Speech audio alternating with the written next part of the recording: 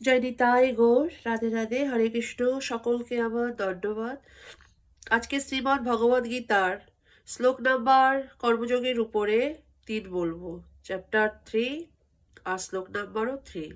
ও গগনতিমিরান্ধস্য জ্ঞানাঞ্জনশলাকয়া চক্ষুস্মিতাং যেন তস্मै শ্রীগুরবে নমঃ। শ্রীচৈতন্যমনোভীষ্টাং স্থাপিতাং যেন ভূতলে স্বয়ং রূপ কদা মহং দদাতি স্বপদান্তিকং। বন্দেহং শ্রীগুরু শ্রীযুতপদকমলং শ্রীগুরু বৈষ্ণবাংশ্চ শ্রীরূপং সাগ্রজাতং সহগণ রঘুনাথান্বিতং ত্বং সজিজং সাদ্বৈতং সাবধূতং পরিজনে সহিতং কৃষ্ণ চৈতন্য দেবং শ্রী রাধা কৃষ্ণ পাধার সঘর ললিতা শ্রী বিশাখান্বিতশ্চ।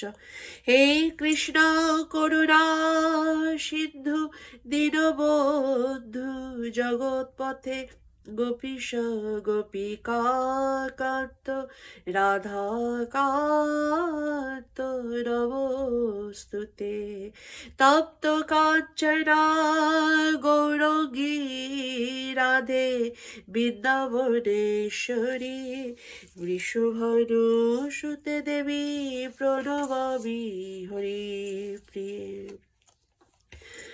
বাঞ্ছাকল্পতরুভ্যশ্চ কৃপা সিন্ধুভ্যেব চ পতিতানাং পাবনেভ্যো বৈষ্ণবেভ্যো নমো নমঃ। জয় শ্রীকৃষ্ণ চৈতন্য প্রভু নিত্যানন্দ শ্রী অদ্বৈত গদাধর শ্রীবাসাদি গৌর ভক্তবৃন্দ। হরে কৃষ্ণ কৃষ্ণ কৃষ্ণ হরে হরে, হরে রাম রাম রাম হরে হরে। শ্লোক 3।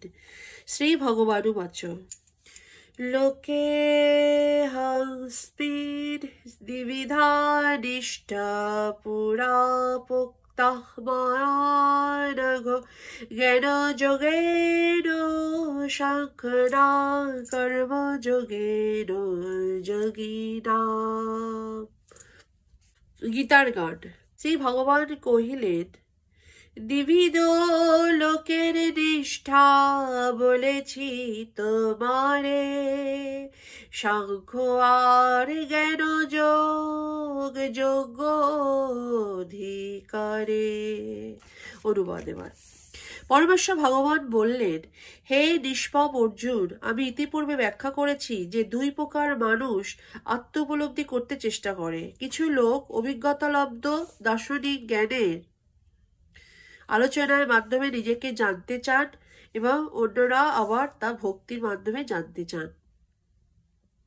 তাৎপর্য কি? দ্বিতীয় অধ্যায়ে 39তম শ্লোকে ভগবান সাংখ্যযোগ ও কর্মযোগ বা বুদ্ধিযোগ এই 2টি পন্থার ব্যাখ্যা করেছেন। এই শ্লোকে ভগবান তারই বিশদ ব্যাখ্যা করেছেন। সাংখ্যযোগ চেতন ও জড়ের প্রকৃতির বিশ্লেষণমূলক বিষয়বস্তু। যে সমস্ত মানুষ পরীক্ষা নিরীক্ষা করে দার্শনিক তথ্যের মাধ্যমে জ্ঞান আহরণ করতে চায়, তাদের বিষয়বস্তু হচ্ছে এই সাংখ্যযোগ। অন্য পন্থাটি হচ্ছে কৃষ্ণ ভাবনা বা বুদ্ধিযোগ, যা দ্বিতীয় অধ্যায়ের 61তম শ্লোকে ব্যাখ্যা করা হয়েছে। ভগবান 39তম শ্লোকে ব্যাখ্যা করেছে যে এই বুদ্ধিযোগ বা কৃষ্ণ ভাবনা অনুসরণ করলে অতি সহজেই কর্মবন্ধন থেকে মুক্ত হওয়া যায় এবং অধিকন্ত এই পন্থার কোনো দোষ ত্রুটি নেই। 61তম শ্লোকে ব্যাখ্যা করে বলা হয়েছে যে ভগবান শ্রীকৃষ্ণের উপর সম্পূর্ণভাবে নির্ভর করাই হচ্ছে বুদ্ধিযোগ এবং তার ফলে দুর্দর্শনীয় ইন্দ্রিয়গুলি অতি সহজেই সংযত হয়। তাই এই 2টি যোগী ধর্ম ও দর্শন রূপে একে অপরের উপর নির্ভরশীল। দর্শনবিহীন ধর্ম হচ্ছে ভাবপ্রবণতা বা অন্য গোড়ামি, আর ধর্মবিহীন দর্শন হচ্ছে মানসিক জল্পনা কল্পনা। অন্তিম লক্ষ্য হচ্ছে ভগবান শ্রীকৃষ্ণ। কারণ যে সমস্ত দার্শনিকেরা বা জ্ঞানেরা গভীর নিষ্ঠার সঙ্গে পরম সত্যকে জানবার সাধনা করেছেন তারাও অবশেষে কৃষ্ণ ভাবনায় এসে উপনীত হন। ভগবদ গীতাতেও এই কথা বলা হয়েছে। সমগ্র পন্থাটি হচ্ছে পরমাত্মার সঙ্গে সম্পর্কের পরিপ্রেক্ষিতে আত্মার স্থিতি হৃদয়ঙ্গম করা। পরোক্ষ পন্থাটি হচ্ছে দার্শনিক কল্পনা কল্পনা, যার দ্বারা ক্রমান্বয়ে সে কৃষ্ণ ভাবনামৃতের স্তরে উপনীত হতে পারে। আর অন্য পন্থাটি হচ্ছে ভগবান শ্রীকৃষ্ণকে পরম সত্য ও পরমেশ্বর বলে উপলব্ধি করে তার সঙ্গে আমাদের সনাতন সম্পর্কের প্রতিষ্ঠা করা। এই দুটির মধ্যে কৃষ্ণ ভাবনার পন্থাই শ্রেয়, কেননা এই পন্থা দার্শনিক জল্পনা কল্পনার মাধ্যমে ইন্দ্রিয়গুলির শুদ্ধিকরণের উপর নির্ভরশীল নয়। কৃষ্ণ ভাবনামৃত স্বয়ং শুদ্ধিকরণের পন্থা এবং কৃষ্ণ ভাবনার অমৃত প্রবাহ স্বতঃস্ফূর্ত হয়ে অন্তরকে কলুষমুক্ত করে। ভক্তি নিবেদনের প্রত্যক্ষ পন্থারূপে এই পথ সহজ ও উচ্চ স্তরের। জয় নিতাই গো, শ্রীমদ্ ভগবদ গীতা কি জয়। নেক্সট দিন শ্লোক নাম্বার আমি 4 বলবো কর্মযোগের উপরে। বঞ্চ কল্পতরুভশ্চ কৃপা সিদ্ধ এবচ পতিতানাং পাবনেভ্য বৈষ্ণবেভ্যো নমো নমো। আমার প্রণাম নেবেন। জয় শ্রীমদ্ ভগবদ গীতা কি জয়।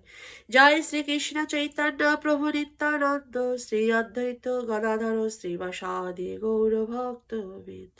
হরে কৃষ্ণ কৃষ্ণ কৃষ্ণ হরে হরে, হরে রাম রাম রাম হরে হরে।